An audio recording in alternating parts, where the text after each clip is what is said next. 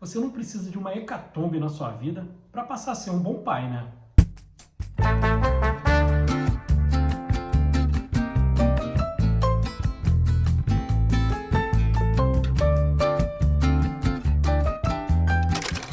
Olá, eu sou Edu Schneider do Cashback e hoje nós vamos voltar ao ano de 1979 para falar de Kramer vs Kramer, do diretor Robert Benton, baseado no romance de Avery Corman, filme que também tem um roteiro assinado pelo diretor. E um baita do elenco, né? Olha essa dupla. Dustin Hoffman fazendo o Ted Kramer, a magnífica Meryl Streep fazendo a Joanna Kramer, Justin Henry fazendo o filho deles, o Billy, e temos também uma personagem muito importante, a vizinha, a Margaret, interpretada brilhantemente pela Jane Alexander.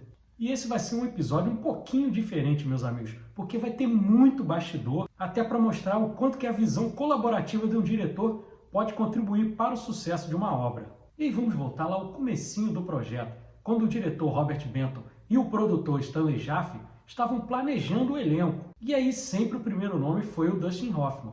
Mas eles achavam que não conseguiriam. Até porque na época o Dustin Hoffman vivia um momento muito conturbado na sua vida pessoal. Veja só, o filme trata de divórcio e o Dustin Hoffman tinha acabado de se divorciar da sua primeira esposa. Então estava tendo aqueles mesmos problemas que o Ted está tendo no filme. E aí o ator pensou até em recusar, porque ele não queria viver um papel que fosse praticamente ele próprio. E aí, para facilitar essa recusa, quando o diretor e o produtor foram para Londres, ele marcou um encontro no lobby do hotel. Mas aí veja só, quando as coisas são para acontecer, não tem jeito. Marcaram no lobby já para poder dispensar já o diretor e o produtor, só que eles foram para o bar do hotel e o bar estava completamente cheio. Aí eles tiveram que ir para o quarto do Dustin Hoffman, começaram a conversar e aí sim convenceram o ator a fazer o papel. O resto é história. E aí nós temos um ator que é muito dedicado. O Dustin Hoffman é um ator do método. E é um cara, todo mundo sabe, de muito improviso. E aí juntou a fome com a vontade de comer, porque o Robert Benton era um dos diretores mais colaborativos naquela época, ali no final dos anos 70. E aí vocês vão ver aqui durante o vídeo que teve muito improviso do Dustin Hoffman. Eu vou descrever cada uma dessas improvisações. Mas antes de tudo, dando aquela pequena sinopse, nós temos um casal,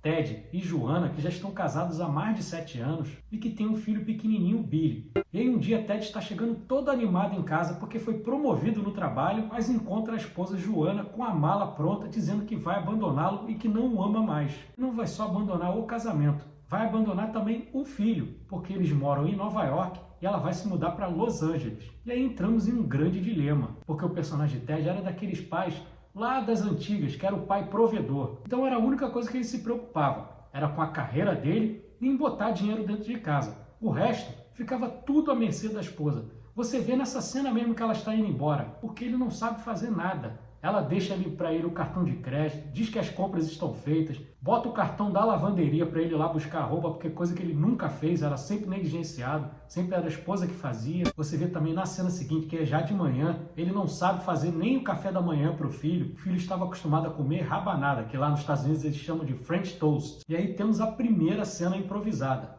porque aquele jeito que é feito ali na cozinha, bem natural, não era o jeito que estava no roteiro. Dustin Hoffman fez daquele jeito ali, totalmente na improvisação. A coisa de dobrar o pão, mergulhar no leite, até a improvisação dele se queimar com a panela não estava no roteiro. E você olha, fica muito natural. Parece que é um pai e filho ali, um pai todo enrolado mesmo, que não sabe exercer algumas funções ali, porque estava tudo nas costas da esposa. É um filme bacana também para a gente refletir, porque pode ser que muita gente olhe e coloque a culpa totalmente na esposa ali por ela ter abandonado a família. Mas ela vivia um estado mental bastante complicado. Você percebe ali claramente que ela está em depressão profunda. Então, até por muito amor ao filho dela, ela preferiu se afastar e se tratar, para aí sim depois retornar à função dela de mãe. E a vida do pai vira uma loucura, porque tudo estava em função do trabalho. Ele tem que exercer essa jornada dupla, coisa que as mulheres fazem desde que o mundo é mundo, mas os homens sempre se enrolam na hora que tem que chamar a responsabilidade. E aqui o personagem do Ted não é diferente.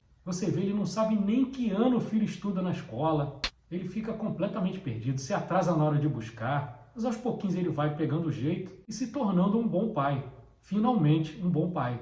E quando a vida dos dois está bem estruturada, temos a volta da Joanna dizendo que quer a guarda do filho novamente. E aí mais para o terceiro ato, vira um filme de tribunal. E a gente sabe como é que essa questão de guarda de criança, o quanto que é complicado. Mas voltando às cenas improvisadas, o quanto que fica natural, nós temos uma conversa entre Ted e a vizinha Margaret numa pracinha, enquanto enquanto estão olhando as crianças brincarem. E aí Margaret está contando uma história ali pro Ted sobre um relacionamento que ela está tendo, o cara que chamou ela para sair. E aí você vendo os bastidores do filme, você percebe que aquela cena ali, na verdade, era um papo, não entre os personagens, mas entre o Dustin Hoffman e a Jane Alexander. Eles estavam falando da vida pessoal deles. E o diretor continuou filmando ali como quem não quer nada. Aí depois ele fez o corte, encaixou no filme e você olha, parece que está tudo dentro do roteiro ali. Mas nada, aquilo ali foi uma improvisação, uma conversa impessoal entre os dois atores.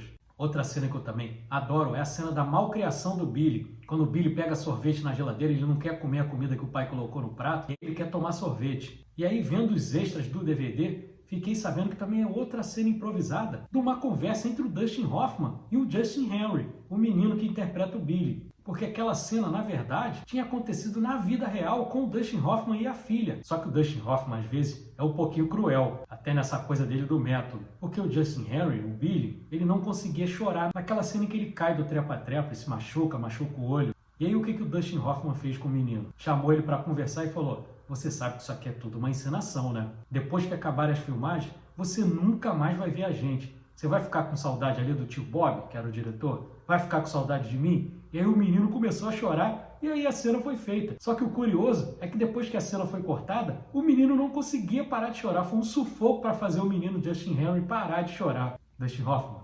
malvadão, hein? E aí logo na cena posterior também, temos outra improvisação, ele correndo com o filho para o pronto-socorro, porque ficamos sabendo que o menino era muito pesado, tinha mais de 30 quilos, e o Dustin Hoffman, pequenininho, foi um sufoco para fazer a cena correndo com ele no colo. E aí chegando lá naquela hora de fazer a sutura no olho do menino, a deixa que o Dustin Hoffman faz para o menino chorar é apertar a cabeça dele. Então toda vez que você vê a cena, o Dustin Hoffman apertando a cabeça do menino e ele chorar, era uma improvisação ali também. Foi uma combinação entre os dois. E vai tudo ficando muito orgânico. Eu adoro isso. Mais uma cena ótima também, a cena do copo. Quando a Joanna chama o Ted para conversar e diz que quer pegar a guarda do Billy de volta, ele fica revoltado e dá um tapa no copo e joga o copo na parede. Você vê a reação da Meryl Streep, é completamente genuína. Por quê? Ela não sabia que o Dustin Hoffman ia fazer aquilo. As cenas do tribunal também são bastante tensas, até porque é um momento ali de lavagem de roupa suja que você vê que os pais da criança estão em completo desconforto. E aí, para quem não sabe, a Meryl Streep, naquele momento ali do filme, ela tinha perdido há pouco tempo o companheiro dela, o John Cazale, grande ator que todo mundo vai lembrar lá de Um Dia de Cão, e principalmente o Fredo de O Poderoso Chefão, ele que acabou falecendo de câncer. Então ela ainda estava se recuperando dessa perda. E aí, em mais uma conversa informal, o Dustin Hoffman começou a provocar a Meryl Streep. E aí falou para ela assim: você ainda não se recuperou da morte do John Cazale, não é verdade? E aí ela não conseguiu conter as lágrimas. O diretor ali, muito esperto, filmou. E aí você vê a Joanna, a personagem da Meryl Streep, aos prantos. A câmera corta pro Ted, o personagem do Dustin Hoffman. Ele tá só balançando a cabeça assim: não, não.